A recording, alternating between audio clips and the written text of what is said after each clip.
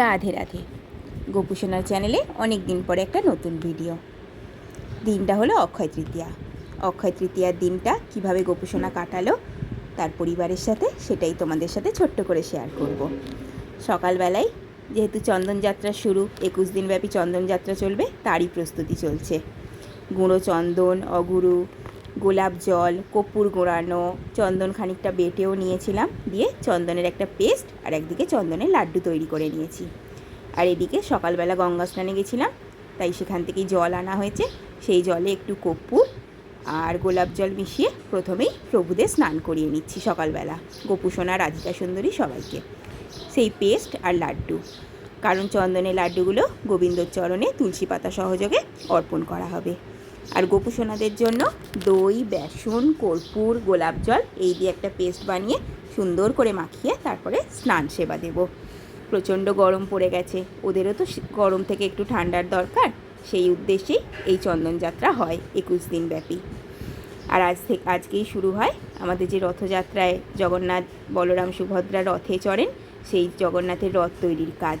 কাজের দিনটি খুবই শুভ, তাই আশা করি তোমরাও সবাই খুব আনন্দের সঙ্গে ভালোভাবে এই দিনটি কাটাচ্ছ বা কাটিয়েছো, এবং প্রভুদের সঙ্গে অবশ্যই চন্দনযাত্রার এই সেবা পালন করো। অক্ষয় তৃতীয়া উপলক্ষে গোপুসোনার অনেক দিনের একটা শখ ছিল কোমরে বল বিছে পড়বে, সেইটা গোপুর দয়াতেই তৈরি করা সম্ভব হয়েছে। এবং আজকে স্নান করে সুন্দরভাবে সেজেগুজে সেটা গোপুসোনা ধারণ করবে। এটা হচ্ছে স্নানের ভিডিও ছিল। স্নান করে সুন্দরভাবে নতুন একটা হলুদ পোশাক পরাবো, তার আগে পরিয়ে দিয়েছি কোমরে। কেমন লাগছে জানিও তো। গোপুসোনা তো রেডি, এবার তৈরি হয়ে গেছে কৃষ্ণপ্রিয়া আর কুঞ্জবিহারী।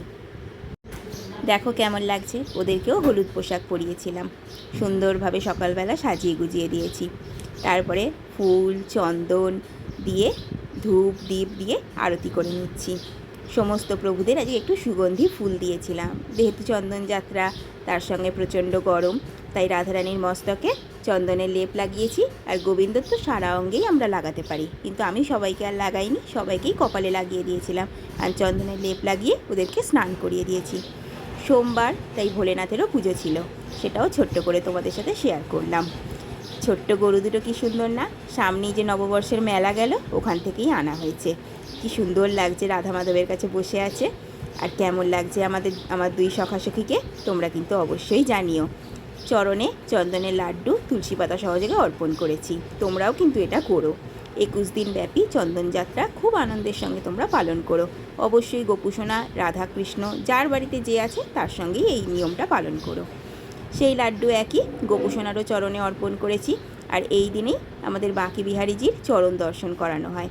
তোমরাও রাধা মাধব আর গোপুসোনাদের চরণ দর্শন করো এবং সকলকেই প্রণাম জানিও, যাতে তোমরা সকলে সপরিবারে সুস্থ এবং খুব আনন্দের সঙ্গে কাটাতে পারো সারা জীবন। যেহেতু আজকে অক্ষয় তৃতীয়া, যে ভালো কাজগুলো করব সব নাকি অক্ষয় হয়, তাই আজকের দিনটা খুব আনন্দের সঙ্গে শুভ কর্ম করে এবং কারুর সঙ্গে ঝগড়া অশান্তি না করে ভালোভাবে দিনটা কাটাও, যাতে প্রত্যেকেই আমরা ভালো কিছু আমাদের জীবনে অক্ষয় করতে পারি। আরও একবার দর্শন করে নাও সকল সোনাদের, এবং খুব তাড়াতাড়ি তোমাদের সঙ্গে নতুন ভিডিওতে দেখা হবে। এখন তাহলে আসি, রাধে রাধে।